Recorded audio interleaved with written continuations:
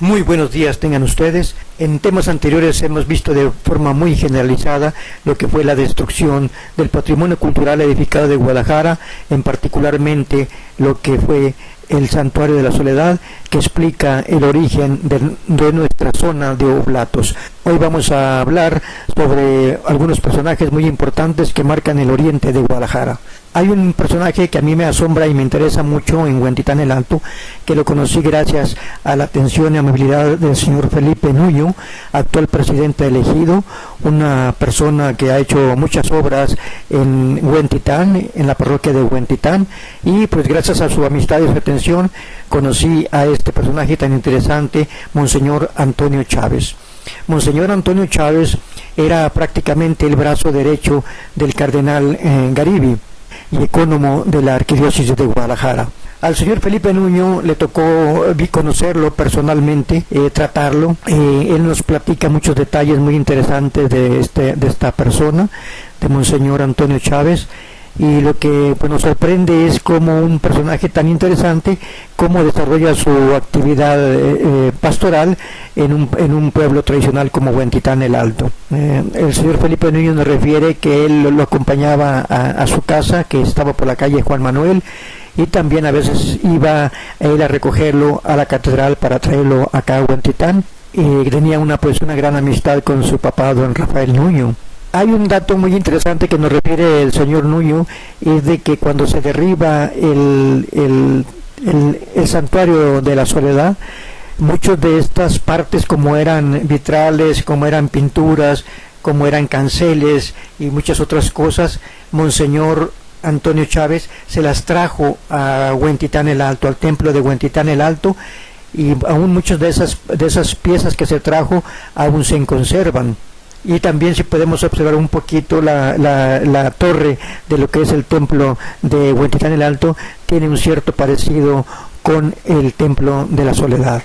Hay muchos elementos muy importantes para conocer a Huentitán el Alto, especialmente refieren que el presbítero José Garibi, posteriormente obispo y cardenal, se refugió allí en la casa de los González, y hay una anécdota o una historia que yo no la he podido verificar, es que allí en la capilla que está en la puerta de la barranca, ahí se despide el obispo Orozco Jiménez y el presbítero Garibi, posterior obispo y cardenal. Entonces allí la barranca fue refugio pues para los cristeros, y Huentitán tiene pues esta historia particular, y este personaje, Monseñor Antonio Chávez, es muy importante, y pues, lamentablemente poco se ha estudiado y rescatado esa historia. Lo más conmovedor de ello, que a mí me conmueve mucho, es de que él pidió a su muerte ser sepultado en el templo de Huentitán el Alto, y en efecto pues ahí está sepultado Monseñor Antonio Chávez. Necesitamos rescatar esta hermosa historia de Huentitán el Alto. Hay otro aspecto muy interesante que nos tocó conocer por viva voz de un familiar nuestro. Mi hermana está casado con Gilberto Robles, y pues él estaba chico, a unos 5 o 6 años, vivía su familia en San Onofre, y se estaba comenzando a construir el templo de San Onofre. Entonces pues él era monaguillo de ahí de San Onofre, y me platica que en una ocasión pues él pues andaba vestido de monaguillo, y llegó una comitiva de varios carros y todo, y pues se veía gente muy importante. Era nada menos que el cardenal Garibi, que venía acompañado pues de mucha gente. Seguramente venía acompañado también de Monseñor Antonio Chávez y de Ignacio Díaz Morales, ya que se estaba construyendo el templo de San Onofre. Este templo es muy interesante porque es un deseo de el cardenal Garibi de recordar cuando él estuvo en Italia. Él estuvo ahí en lo que era el templo de San Onofre. Quiso él copiar aquel templo y reproducirlo acá en la zona de Oblatos. Este terreno de lo que es el templo de San Onofre fue cedido por lo que es don Felipe Arregui, y también allí había don Jesús Rodríguez Barba, que ya como ya hemos dicho, cuando Felipe Arregui fue a Italia, pues el cardenal encargó que tomara fotografías y planos y todo aquello en Italia para reproducir aquel templo de Italia aquí en Oblatos. Hay otro hecho también muy importante, que no solamente se construye allí el templo de San Onofre, que por cierto, en la parte de enfrente estaba toda una cuadra que era una plaza y un kiosco, y pues los fraccionadores voraces pues lo quitaron, no lo permitieron, y quedó tan reducido. Pero un hecho importante fue de que a un lado se construye un colegio, que ahí llegarían posteriormente las religiosas del Sagrado Corazón, que formarán parte de una historia muy, muy bonita de la evangelización en el Oriente. Luego refiere mi cuñado Gilberto que ya cuando se despedía el cardenal Garibi de ahí del templo de San Onofre, siendo porque no estaba el señor cura y le tocó a mi cuñado pues atenderlo, podemos decirlo así, y le dice el cardenal Garibi, tomándole del hombro como si fuera una gran confianza, que iban hacia Italia para el gran concilio del Vaticano II. Entonces era algo, un detalle que pues para mí muy significativo, ya que yo me formé en esas líneas del Concilio Vaticano II, donde se emprende una nueva evangelización. Hay un hecho que es muy interesante, porque esas monjas del Sagrado Corazón que inician en San Onofre y luego se extienden a Santa Cecilia, formarán parte de un movimiento religioso muy importante que la Iglesia de Guadalajara atiende al oriente de Guadalajara. Antes hemos de decir que ya luego, posteriormente, cuando estaba ya el cardenal José Salazar López, se da un acontecimiento muy importante. Él era presidente de la Conferencia Episcopal Mexicana, y en ese tiempo ocurre la visita de el Papa Juan Pablo II. Esto es una historia es trascendental para la religiosidad del oriente de Guadalajara. Hemos de decir muy brevemente que el Concilio Vaticano II emprende una profunda reforma de la Iglesia, adecuándola hacia los nuevos tiempos. Bajo esa línea, algunas organizaciones en Guadalajara, como eran el INDEC, Instituto Mexicano para el Desarrollo Comunitario, los jesuitas y las monjas del Sagrado Corazón de Jesús, se vienen a Santa Cecilia e inician un proyecto muy muy interesante. Que lo más importante de ahí fue las comunidades eclesiales de base, que marcaron pues una verdadera historia en el oriente de Guadalajara.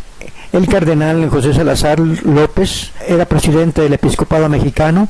Se realiza lo que viene siendo la conferencia de Puebla, y sale el documento de Puebla, un documento muy revolucionario, donde se plantea una nueva evangelización con una nueva metodología y planificación, y particularmente se define lo que era la opción preferencial por los pobres. Aquí vemos entonces cómo tanto las religiosas del Sagrado Corazón como los jesuitas, como el INDEC, que venían del poniente de Guadalajara, se inspiran en esta nueva tendencia de opción por los pobres y vienen a servir hacia Oblatos.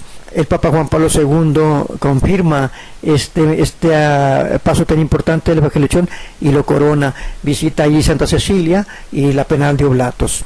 Eso es importante, porque todo esto pues eso es muy importante, porque nos indica que la Iglesia debe de poner atención sobre los sectores más pobres y vulnerables, como es el oriente de Guadalajara. Esta opción por los pobres también tenía una línea que era la teología de la liberación, nacida en Latinoamérica, que era precisamente la opción por los pobres, pero también tenía otro aspecto un poquito oscuro, que era su unión o inspiración en los principios marxistas, en el socialismo, en la lucha de clases.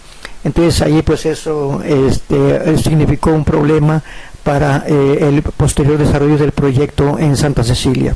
Hay un hecho verdaderamente triste y lamentable, que era, por un lado, ya hemos dicho que los jóvenes de lo que era San Andrés, que derivaron en la violencia con la Liga 23 de septiembre, secuestran y lamentablemente irreprobablemente asesinan al señor Aranguren, hijo de don Luis Aranguren, un empresario muy importante de Guadalajara.